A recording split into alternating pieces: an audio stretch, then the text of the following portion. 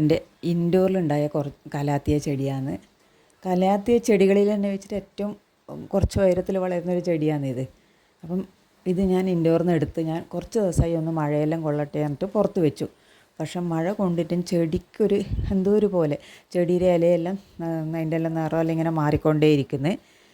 അപ്പം ഞാൻ എന്തുകൊണ്ടെന്ന് വിചാരിച്ച് ഞാൻ ഈ ചെടീനെ ഒന്ന് എടുത്ത് പോട്ടിൽ നിന്ന് എടുക്കാൻ നോക്കി. അപ്പോൾ പോട്ടിൽ നിന്ന് എടുത്തപ്പോഴാണ് കാണുന്നത് അത് വേര് ഇങ്ങനെ തിങ്ങി നിറഞ്ഞ് അതിന് വളരാൻ പറ്റുന്നില്ല. ഒരുപാട് തൈകൾ ആ പോട്ട് നിറച്ചും തൈകളായതുകൊണ്ട് അത് വളരുന്നില്ല. അതാണ് ഇലകളെല്ലാം ഇങ്ങനെ മഞ്ഞളിച്ച് പോവാൻ തുടങ്ങിയത്. ഞാൻ എന്നിട്ട് ആ ചെടീനെ റീപോട്ട് ചെയ്യാൻ എടുത്തു.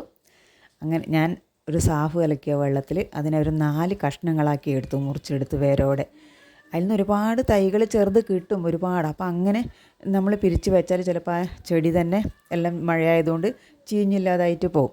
അതുകൊണ്ട് ഞാനൊരു 4 കഷ്ണങ്ങളാക്കി മുറിച്ചിട്ടെടുത്തിട്ട് സാഫിൽ മുക്കി വെച്ചതിന് ശേഷം നല്ല പോട്ടി മിക്സ് എടുത്ത് അതിലേക്ക് റീപോട്ട് ചെയ്തു. പോട്ടി മിക്സായിട്ട് ഞാൻ എടുത്തത് കൂടുതലും ചകിരിച്ചോറാണ്.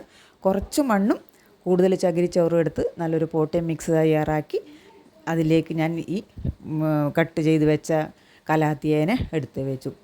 ഇപ്പം അങ്ങനെ കാണുമ്പോൾ ഒരു സങ്കടമാണ് ഇത്ര വലിയ ചെടീനെ ഞാൻ മുറിച്ച് മാറ്റിയത് കൊണ്ട്. പക്ഷെ കുറച്ച് ദിവസം കഴിഞ്ഞാൽ ഇപ്പം നല്ല പോട്ടി മിക്സ് ആയതുകൊണ്ട് ആ ചെടി വേഗം വളരും. ഇങ്ങനെ ഞാൻ ഇതിനു മുമ്പേയും ഒരുപാട് പോട്ടിൽ ഉണ്ടാക്കിയിട്ടുണ്ട്. ഞാനത് സെയിൽ ചെയ്തിന്.